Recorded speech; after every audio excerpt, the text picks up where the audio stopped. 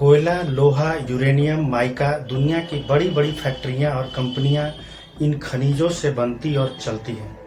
लेकिन झारखंड की आधी से ज्यादा आबादी गरीबी रेखा से नीचे क्यों जी रही है?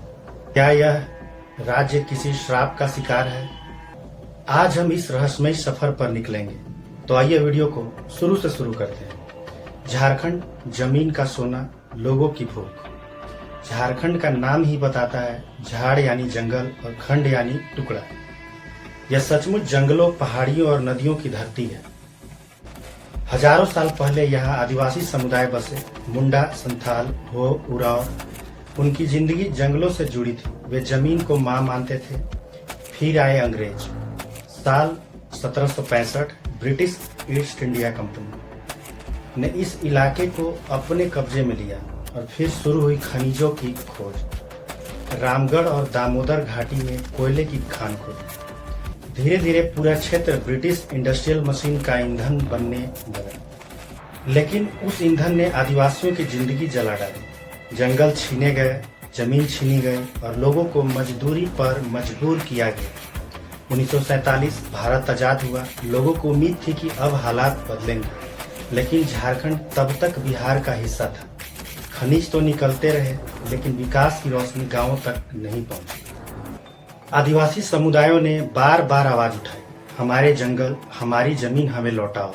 आखिरकार 15 नवंबर 2000 को झारखंड अलग राज्य बना। रांची राजधानी बनी। लोगों को लगा अब सच में बदलाव आएगा। लेकिन क्या बदलाव आया? आज 25 साल बाद भी झारखंड गरीबी, बेरोजगारी और विस्थापन की लड़ाई लड़ रहा है। वर्ल्ड बैंक 2016 के अनुसार झारखंड भारत का गरीब राज्य।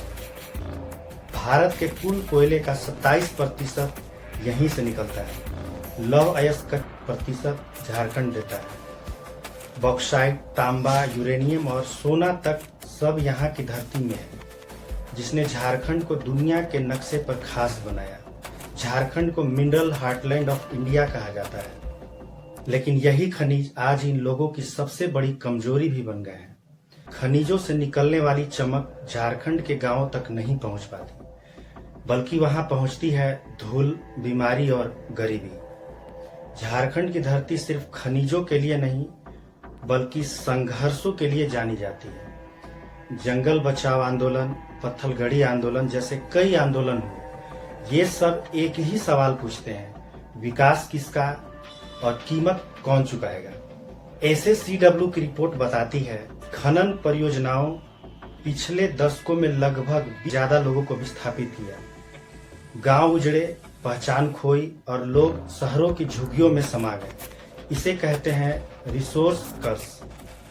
जब खजाना मिलकर भी जिंदगी को आसान नहीं करता, बल्कि और मुश्किल बना देता है। वो झारखंड का खनिज उसके लोगों के लिए वरदान नहीं, अभिशाप बन गया है।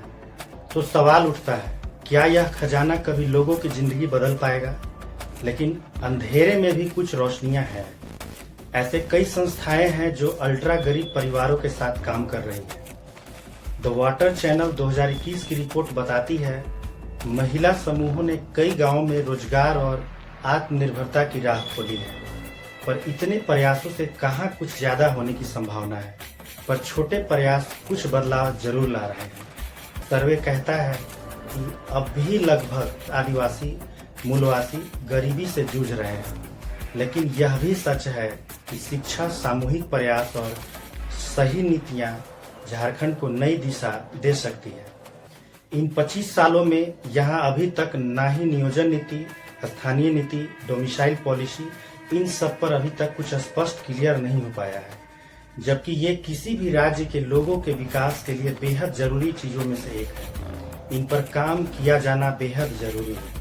झारखंड की कहानी अभी अधूरी है, क्योंकि यह रहस्य अब भी बाकी है। क्या यह खनिज समृद्ध राज्य कभी अपने लोगों की जिंदगी समृद्ध बना पाएगा, या यह खजाना हमेशा भूख और गरीबी की परछाई बना रहेगा? इसके बारे में आप क्या सोचते हैं? कमेंट करके जरूर बताइएगा और वीडियो को लाइक, शेयर और चैनल को सब्सक्राइब जरूर कीजिएगा, ताकि हमारा अगला वीडियो का नोटिफिकेशन आप तक जरूर पहुंचे। तब तक अभी झारखंड की एक अवधारणा भी बन गई है, India's richest land, India's forest people. धन्यवाद।